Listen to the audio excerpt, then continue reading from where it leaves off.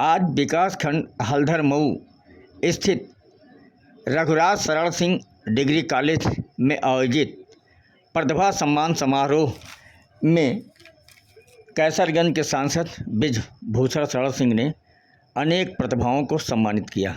इस अवसर पर पत्रकारों द्वारा जब सांसद से यह सवाल पूछा गया कि WFI की सदस्यता रद्द कर दी गई है तो इसके दोषी कौन हैं, तो क्या कहा सांसद ब्रिजभूषण शरण सिंह ने। तो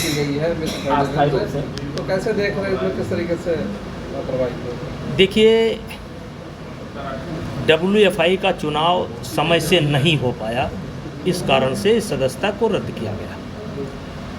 और मैंने जनवरी में भी एक बार प्रयास किया, लेकिन आपको पता होगा कि कुछ आरोप कुछ खिलाड़ियों के द्वारा मेरे ऊपर लगाए गए, जिससे सरकार ने हमसे खुद कहा कि आप कुछ दिन के लिए कुश्ती से अपने को अलग कर लीजिए, और मैंने अपने से कुश्ती को अलग कर लिया। और ये 4 बार प्रयास किया गया कि चुनाव हो जाए, लेकिन हर बार कोई ना कोई अवरोध उत्पन्न होता रहा। और UWW ने स्पष्ट चेतावनी दी थी कि 45 दिनों के अंदर अगर एडहॉक कमेटी चुनाव नहीं कराती है तो ये सदस्यता रद्द कर दी जाएगी। और यही हुआ। पहले गुवाहाटी हाई कोर्ट ने स्थगन आदेश दिया, फिर पंजाब हाई कोर्ट ने स्थगन आदेश दिया, और यहाँ तक आप सब लोगों को पता होगा कि WFI उत्तर प्रदेश से हम वोटर थे और हमारे बेटे करण भूषण से वोटर थे। लेकिन खिलाड़ियों की एक मांग थी कि भूषण सिंह के परिवार का कोई नहीं होना चाहिए, और मैंने उस बात को स्वीकार किया। मैंने दूसरे नाम भेज दिए और खुद अपने को अलग कर लिया, लेकिन फिर भी चुनाव नहीं हो पाया। और अब उसका परिणाम देश के सामने है। 8 महीने से कुश्ती की सारी गतिविधि बंद है और सारी ट्रेनिंग बंद है। पहली बार ऐसा हो रहा है कि एशियन गेम्स होने वाला है अगले महीने में, और कोई कैंप कुश्ती का नहीं चल रहा है। Olympic qualify tournament world championship का होने वाला है, कोई कैंप कुश्ती का नहीं चल रहा है। और आज ये बहुत दुखद स्थिति है कि भारत पहली बार प्रतिबंधित हुआ है, पहली बार प्रतिबंधित हुआ है।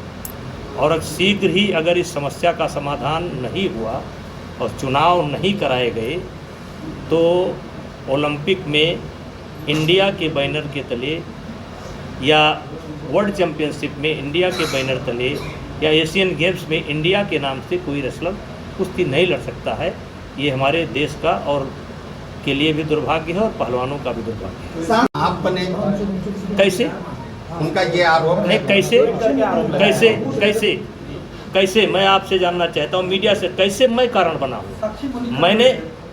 मैंने खेल मंत्रालय के कहने पर अपने आप को कुश्ती से अलग कर लिया। जांच हमारी कर ली जाए इसकी मैंने सहमति दिया। अध्यक्ष पद से मैंने विरक्त कर लिया।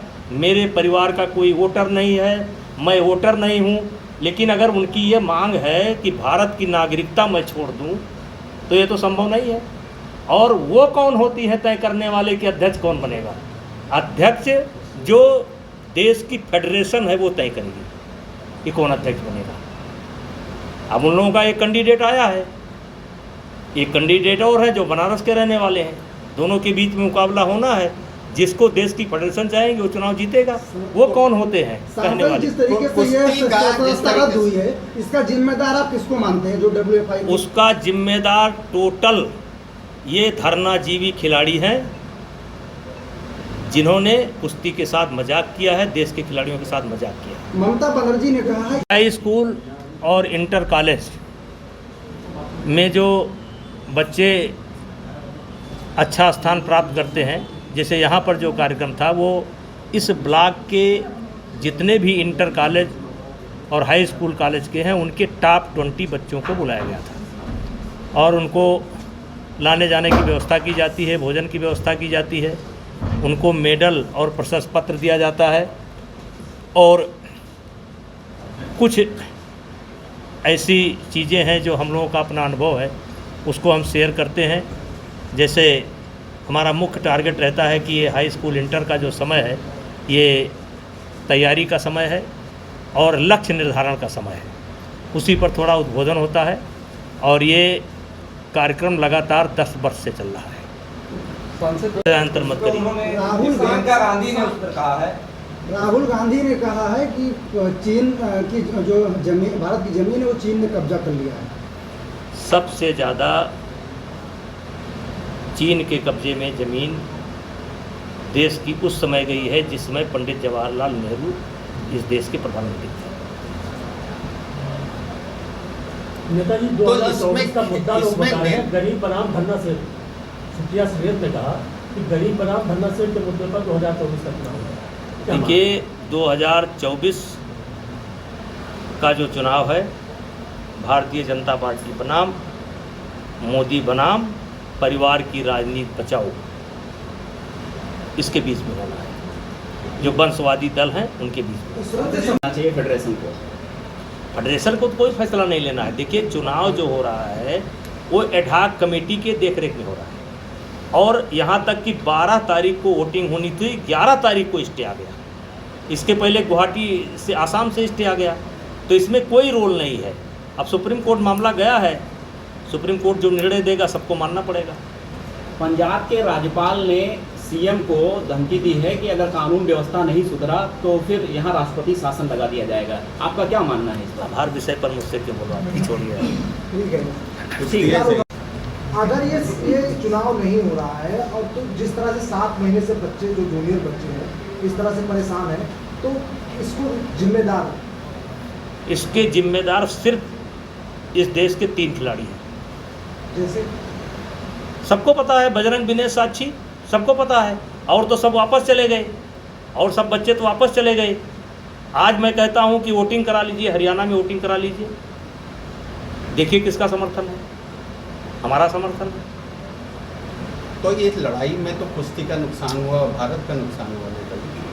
अब उसमें हम क्या कर सकते हैं, हमारा कोई रोल नहीं। नेताजी क्या होना चाहिए जो कि अगले जब ममता बनर्जी को शायद तथ्य नहीं मालूम है, सब लोगों को इतना गहराई से तथ्य नहीं मालूम है।